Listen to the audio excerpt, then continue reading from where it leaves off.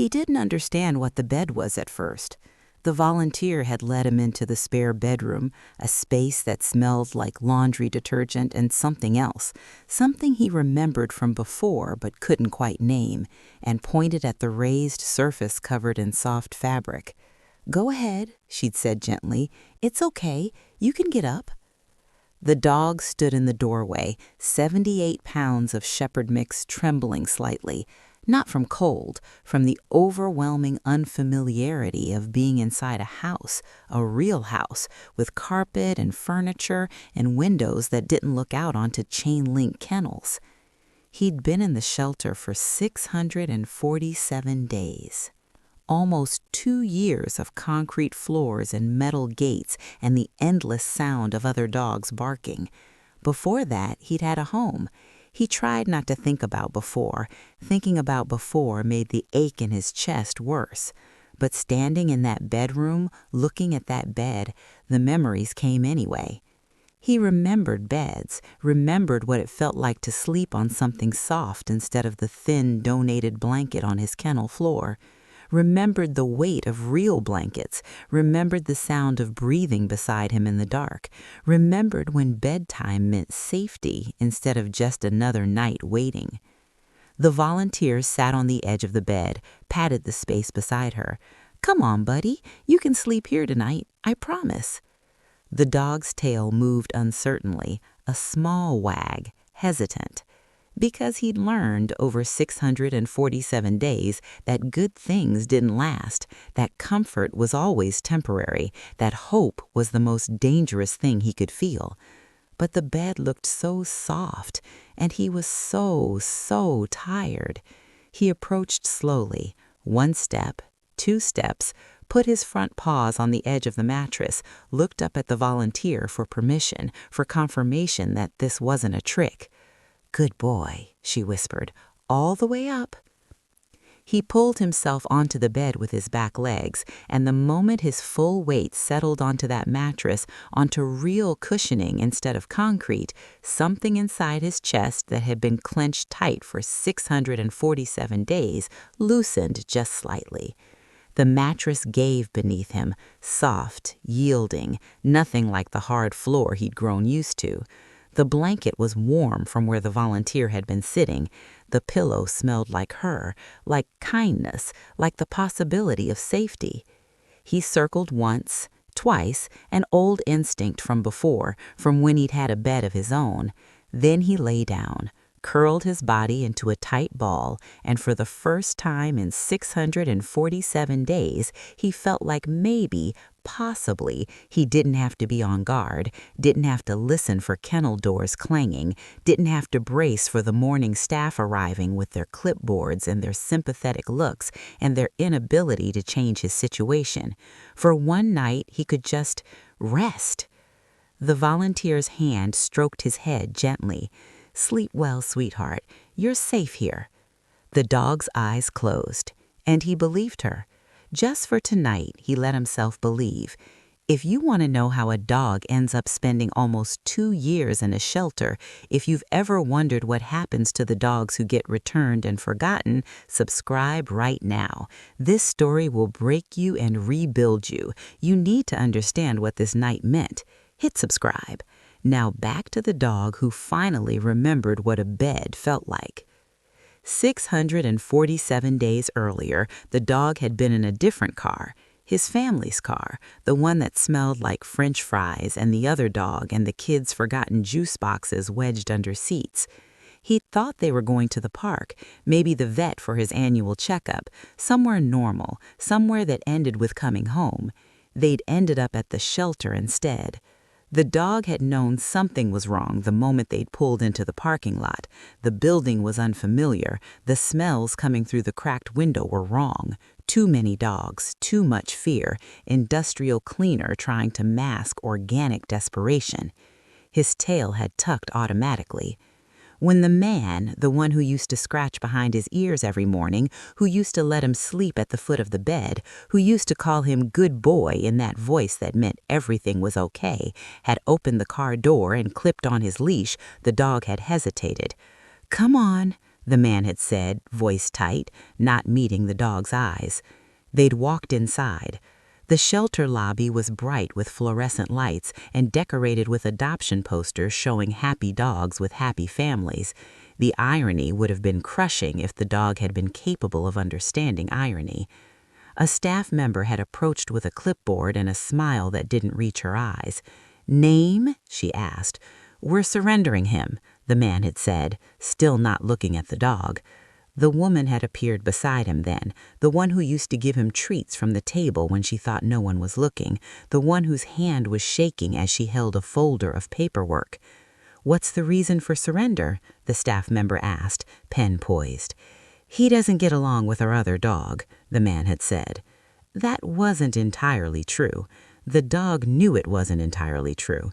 Yes, they'd had conflicts over toys left on the floor, over treats given simultaneously, over attention when both dogs wanted it at the same time. The dog had been learning to manage it. The trainer they'd seen, twice, only twice, had said he was making progress, had said with proper supervision and consistent management, the resource guarding was completely handleable. But supervision required effort. Consistency required time.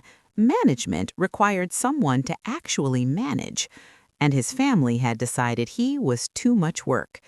The staff member had taken the leash from the man's hand. The dog had looked back at his family, at the man and the woman and the two kids who were crying quietly by the door, waiting for someone to say this was a mistake, waiting for them to change their minds, waiting for the man to scratch behind his ears one more time and say, "Good boy," and take him home. But the family was already turning toward the exit. The woman had looked back once, just once, and her eyes were wet, but she didn't stop walking. And the dog had been led down a hallway that smelled like bleach and fear, past kennels filled with barking dogs who'd all had their own families once, to an empty kennel with concrete floors and a thin blanket and a stainless steel water bowl. The staff member had removed his collar, the one with his name tag, the one that said he belonged to someone. She'd replaced it with a shelter collar, plain, generic, with a number instead of a name, number 42. The kennel door had closed with a metallic clang that seemed to echo forever, and the dog had stood in the center of that 6-by-8 space trying to understand what had just happened. 4 years.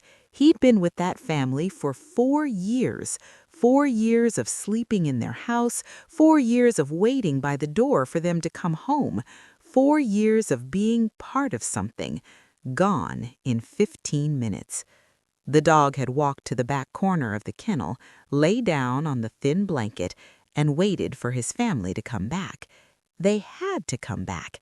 They wouldn't just leave him here. But day turned to night, and night turned to day, and his family never came. And slowly, so slowly the dog didn't even notice it happening, waiting for them turned into just waiting. The first month was the hardest. The dog had stood by the kennel door every time footsteps approached, every time voices echoed down the hallway, every time the front entrance opened and closed, certain it would be them, certain they'd realize their mistake, certain 4 years meant something. But it was never them. It was shelter staff, volunteers, potential adopters who walked past his kennel without slowing down. It was everyone except the people he was waiting for. The shelter workers tried to help, took him to adoption events every weekend, walked him in the small exercise yard, gave him treats and toys, and told him what a good boy he was. But at night, he went back to Kennel 42, back to concrete, back to the sound of 30 other dogs barking in the darkness. Back to the thin blanket that smelled like industrial detergent instead of home. By the second month, the dog had stopped rushing to the kennel door when he heard footsteps. By the third month, he'd stopped scanning the faces of visitors looking for familiar features. By the 6th month, he couldn't quite remember what his family's voices sounded like anymore. By month 12, 365 days, he'd stopped believing they were coming back, because they weren't. And the dog had to accept what he was now, Kennel 42, number on a collar, surrendered, unwanted, too much trouble to manage. The shelter did everything they could, professional photos showing his gentle eyes and graying muzzle, social media posts highlighting his calm demeanor and love of fetch, reduced adoption fees, featured Dog of the Week status. But every inquiry ended the same way. He's beautiful, but we're looking for something younger. Resource guarding? That sounds complicated. We don't have experience with special needs dogs. Maybe something easier. And the dog watched from Kennel 42 as other dogs arrived and left. Puppies adopted within days, small dogs within weeks, even other large dogs, younger ones, friendlier ones, ones without complications, found homes within months. But the dog was 7 years old, 82 pounds, had a history, had been returned once already. On paper, he was a liability. In person, he was gentle, didn't jump, loved everyone he met, played beautifully with other shelter dogs during supervised sessions. But gentle didn't stand out in a shelter full of gentle dogs. Plays well with others after proper introduction required people to read past the first line of his bio. Needs management around high-valued resources sounded like work. And people scrolling adoption websites at midnight weren't looking for work. They were looking for easy love. The dog wasn't easy, so he waited, day after day after day, watching the seasons change through the small window in the kennel area, watching other dogs come and go, watching his own hope slowly drain away until all that was left was existence, not living, just existing. Around day 400, something in the dog changed, not dramatically, not obviously, but the shelter staff noticed.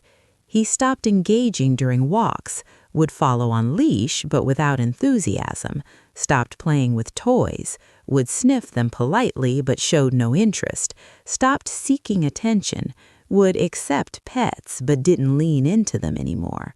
"He's shutting down," one of the staff members said during a meeting. "Classic long-term shelter stress." They tried everything: more enrichment activities, longer walks, special treats, volunteers who came specifically to spend time with him. It helped a little, enough to keep him from completely withdrawing. But at night, back in Kennel 42, the dog lay on his blanket and tried to remember what it felt like to matter to someone. Tried to remember what it felt like to be more than a kennel number. Tried to remember what it felt like to be wanted. The memories were fading. After 400 days, even before was starting to feel like something that had happened to a different dog. Day 512, a year and a half in the shelter. The dog had stopped counting days, had stopped marking time, had stopped hoping for anything except maybe a longer walk or an extra treat. That's when the volunteers started coming regularly. She wasn't new to the shelter. She'd been volunteering for years, but she'd recently lost her own dog and was finally ready to start connecting with shelter animals again. She'd walked past Kennel 42 and stopped. "Who's this?" she'd asked the staff member accompanying her. "That's our long-termer, been here over a year. Sweet dog, just complicated history." The volunteer had knelt by the kennel, made eye contact with the dog, and something in her expression, something soft, something sad, something understanding, had made the dog's tail wag. Just once, small movement, but the first genuine tail wag he'd given in months. "Can I take him out?" the volunteer had asked. They'd gone to the play yard. The volunteer had thrown a ball. The dog had watched it land, looked back at her, uncertain. "Go get it," she'd encouraged. And slowly, hesitantly, the dog had walked to the ball, picked it up, brought it back. The volunteer's face had lit up.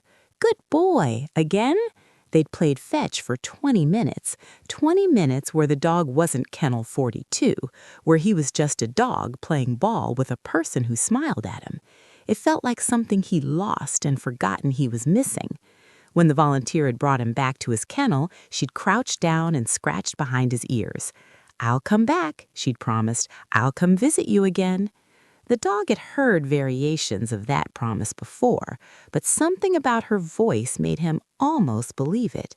She came back, week after week, always spending time specifically with him, playing fetch, going for walks, just sitting in the kennel with him, talking about her day while he rested his head on her knee.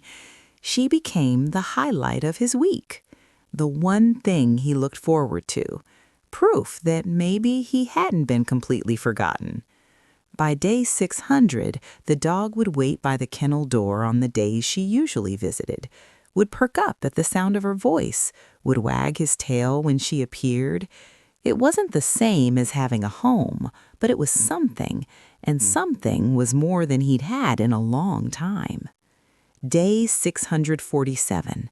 The volunteer arrived with a leash and an expression the dog couldn't quite read. Excited? Nervous? Hopeful? "Want to go for a ride?" she'd asked. The dog had learned not to get excited about rides. Rides usually meant the vet or adoption events that ended with him coming back to the shelter. But he'd followed her anyway, because he trusted her. She'd led him past the front desk, out the door, to her car parked in the lot. The dog had hesitated at the car door. "It's okay," the volunteer had said gently. "We're going to my house, just for the night, a sleepover. Would you like that?" The dog didn't understand sleepover, but he understood house, and something in his chest had clenched with dangerous hope. The car ride took 12 minutes. 12 minutes of the dog sitting in the back seat, watching the shelter disappear in the rear window. 12 minutes of his heart beating faster. 12 minutes of trying not to hope and hoping anyway. The volunteer's house was small, one story, fenced yard, the kind of place the dog might have imagined if dogs imagined futures. Inside, it smelled like cooking and another dog and safety. The other dog, an elderly golden retriever with a graying muzzle, had approached slowly, sniffed cautiously. The dog had stood perfectly still, remembering what resource guarding had cost him, determined not to mess this up.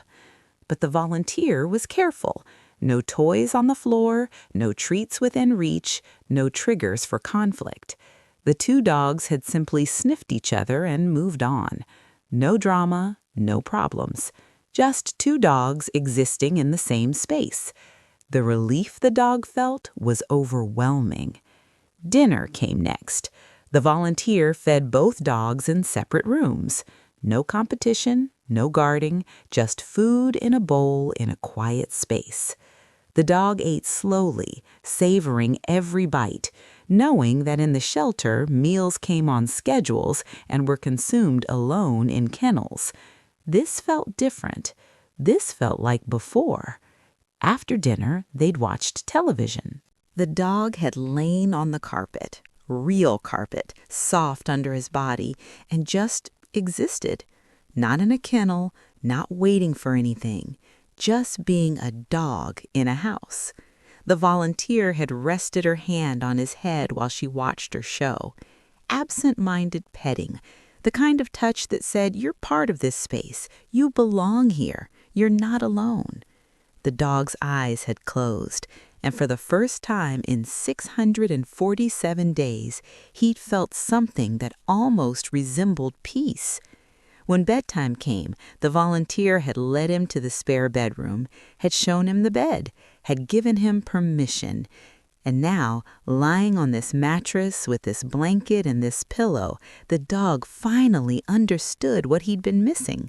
Not just physical comfort, but the feeling of being allowed comfort, of being worth the effort of comfort, of mattering enough to someone that they'd share their space, their bed, their home, even if just for one night.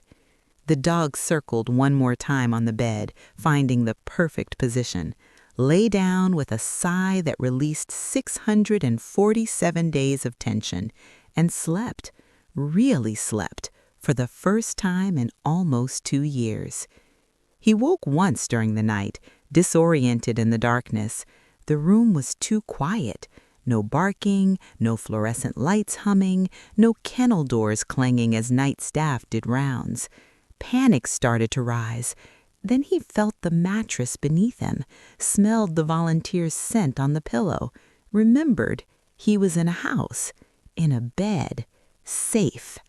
The dog's tail thumped once against the blanket, and he went back to sleep, dreaming for the first time in 647 days of something other than kennels. Morning sunlight woke him, real sunlight, through real windows, not the fluorescent lights that turned on automatically at 6 a.m. in the shelter. The dog stayed still for a moment, eyes open but body unmoving, not wanting to break whatever spell had allowed this to happen, not wanting it to end. The volunteer appeared in the doorway, coffee mug in hand, and smiled when she saw him still curled on the bed. "Good morning, handsome. Did you sleep okay?" The dog's tail wagged, because yes, he'd slept better than he had in 647 days, better than he could remember sleeping maybe ever. Ready for breakfast? Breakfast was served in the kitchen. The dog ate next to the elderly golden retriever. No issues, no tension, just 2 dogs having a meal. After breakfast, the volunteer took him to the backyard, threw a tennis ball. The dog chased it, brought it back, over and over, his favorite game, the one he barely got to play at the shelter because volunteers had 10 other dogs to exercise and couldn't spend 20 minutes on just him. But here, now, the volunteer's attention was entirely on him. For 20 minutes, he was the only dog that mattered, and it felt like everything he'd been missing. But eventually, inevitably, the volunteer checked her watch. "I need to get you back," she said softly, regret in her voice. "They're expecting you for afternoon feeding." The dog's tail stopped wagging. His body went rigid. He looked at the house, at the windows, at the yard, at the space where he'd spent one perfect night, and something in his chest shattered all over again. "I know," the volunteer whispered, kneeling beside him, voice thick. "I know, buddy. I'm so sorry." She led him to the car. The dog climbed in slowly, turned to look at the house one more time, trying to memorize it, trying to hold on to what it had felt like to belong somewhere. The drive back to the shelter took 12 minutes. 12 minutes of watching the volunteer's neighborhood disappear. 12 minutes of the weight settling back onto his shoulders. 12 minutes of understanding returning to his reality. The shelter building appeared, gray concrete, chain-link fence, the sign out front, "Adopt, don't shop." The volunteer parked but didn't immediately get out, just sat with her hand on the dog's head. "You deserve so much better than this," she said, and her voice broke. "You're such a good boy.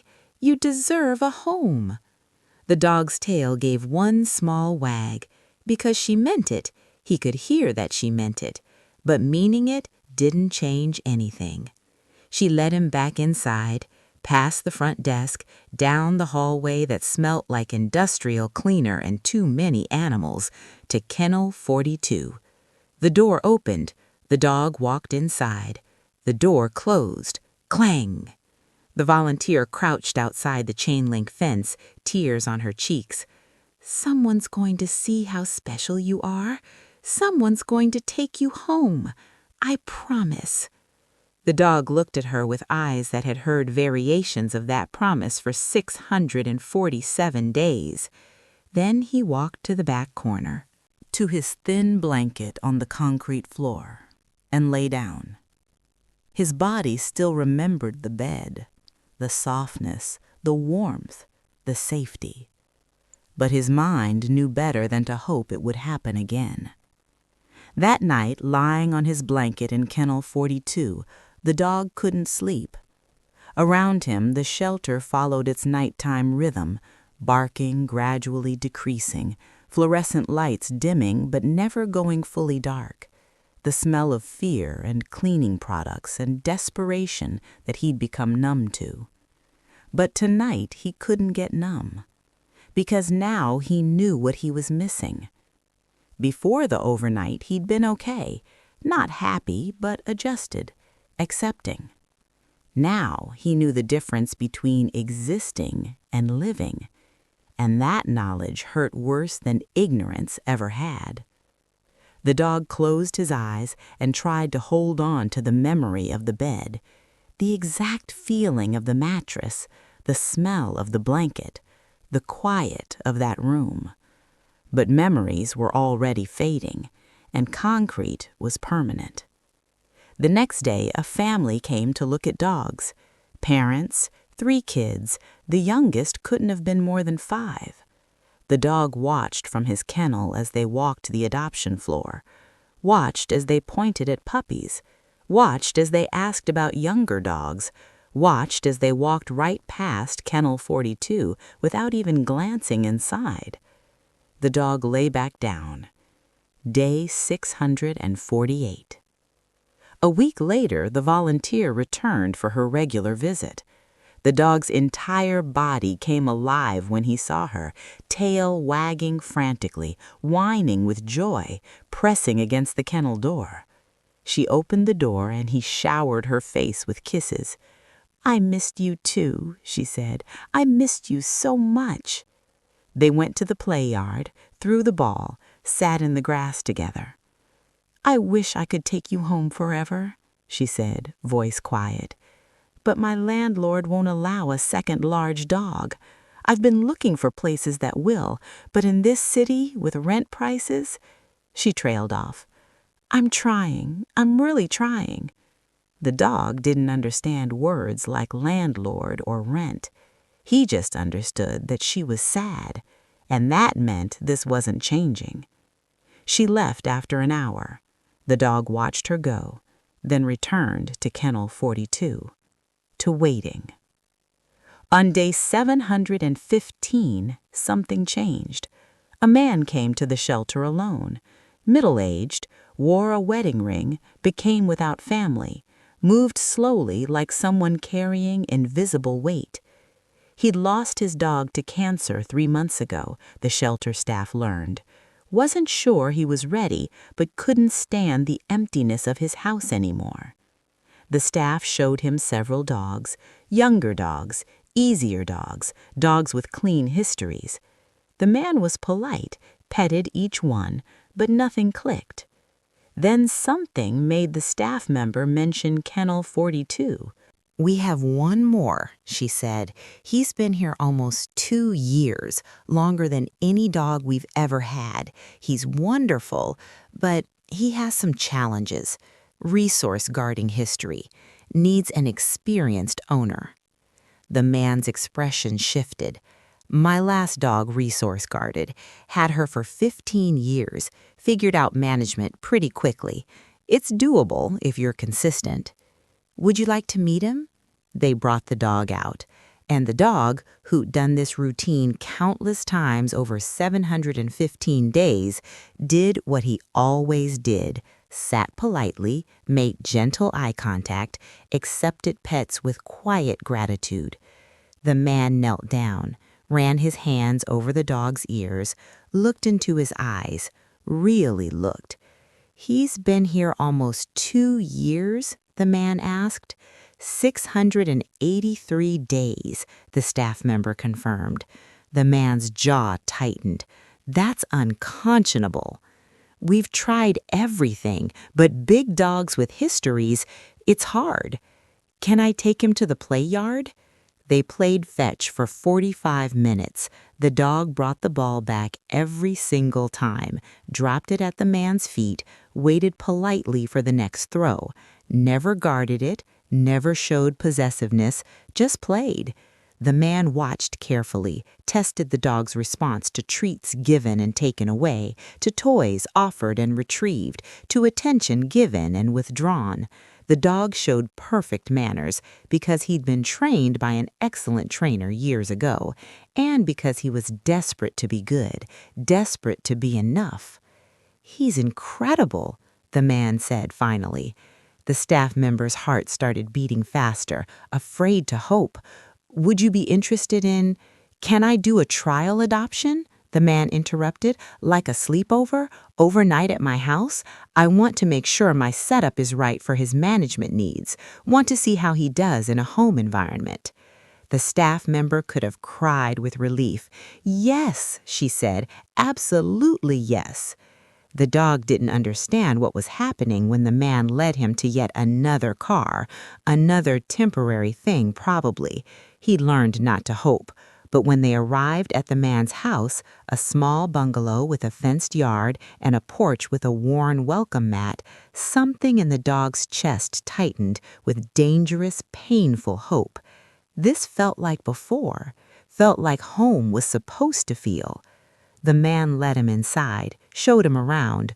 Water bowl here, food bowl here, toys in this basket, but they only come out during supervised play. No toys left on the floor, that's the rule. The dog didn't understand all the words, but he understood the tone. Calm, consistent, like someone who knew what they were doing, like someone who'd done this before. After dinner, fed in a separate room, no triggers, just food, the man led the dog to a bedroom, to a bed. The second bed the dog had seen in 715 days. "You can sleep here if you want," the man said. "No pressure. There's a dog bed on the floor, too. Your choice." The dog looked at the bed, remembered the volunteer's spare room 6 weeks ago, remembered what it felt like to be allowed softness. He climbed up slowly, testing, waiting for correction. None came. He lay down on the mattress and felt something in his chest that he tried so desperately not to feel for 715 days. Hope. The morning after, the man made breakfast, fed the dog in a separate room from where he ate his own meal. No competition, no triggers. After breakfast, they sat on the back porch. The dog lay at the man's feet, feeling morning sun on his fur, feeling almost peaceful. The man scratched behind his ears. "What do you think? Want to try this?" The dog's tail thumped against the porch. The man pulled out his phone, called the shelter. "I'd like to move forward with the adoption," the man said. And the dog, who didn't understand human words but understood tone, understood hope, understood the shift in energy, felt something in his chest finally unlock. 716 days, almost 2 full years, 2 years of waiting, and finally someone wanted him. The first week in his new home was adjustment. The dog had moments of panic, of uncertainty, of waiting for the other shoe to drop. But the man was patient, consistent. When the dog accidentally guarded a toy, the man calmly removed all toys for the day. No anger, no rejection, just consequence and reset. When the dog had an accident indoors from stress, the man cleaned it up without drama, adjusted the potty schedule, moved on. When the dog woke up at 3 a.m. whining, clearly having a nightmare, the man came and sat on the floor beside the bed until he calmed. "It's okay," the man said. "You're safe now. You're staying." You're staying. Those words meant everything. By week 2, the dog started to believe them. By week 3, he stopped waiting for the return to the shelter. By week 4, when the man came home from work, the dog greeted him at the door with a wagging tail and a toy in his mouth. An offering, a greeting, a sign of trust. 3 months after adoption, the volunteer who'd given him that first overnight visit came to meet his new family, who'd almost given up hope. "Call me if she needs a foster," the man said. "Or if you need help finding her a home. Cooper and I, we have extra room, extra love." The staff member smiled through tears. "We will." As they left, Cooper looked back one more time at Kennel 42, at the space that had held him for so long, at the dog who was waiting now, just like he'd waited. And Cooper's tail wagged, because he'd made it out, and maybe, hopefully, that scared pit bull would too. That night, Cooper slept in his bed, the one he'd been sleeping in for 6 months now, the one that smelled like home. As he drifted off, he thought about the volunteer's spare room, about that first night in a real bed after 647 days on concrete, about how that one night had reminded him that comfort was possible, that hope wasn't always dangerous, that waiting could end. And he thought about the scared dog in Kennel 42, waiting like he'd waited, hoping like he'd hoped. Maybe soon that dog would get her overnight visit too. Maybe soon she'd remember what a bed felt like. Maybe soon someone would see how special she was. Cooper's eyes closed. Safe, warm, home. Finally home. This story reflects the reality of long-term shelter dogs and the patience required for their rehabilitation. The resource guarding challenges, the emotional toll of shelter life, and the impact of brief home visits described here are based on documented behavioral and welfare patterns. Thousands of dogs wait years in shelters for families willing to manage their needs. If this story moved you, if you learned something about why dogs get returned, why some wait so long, or why small acts like overnight visits matter, subscribe for more stories that educate while breaking your heart open. These aren't just pet stories, they're stories about patience, second chances, and the dogs who wait. Comment below if you fostered, adopted a long-term shelter dog, or volunteered to give them respite. Your compassion changes lives. Thank you for watching.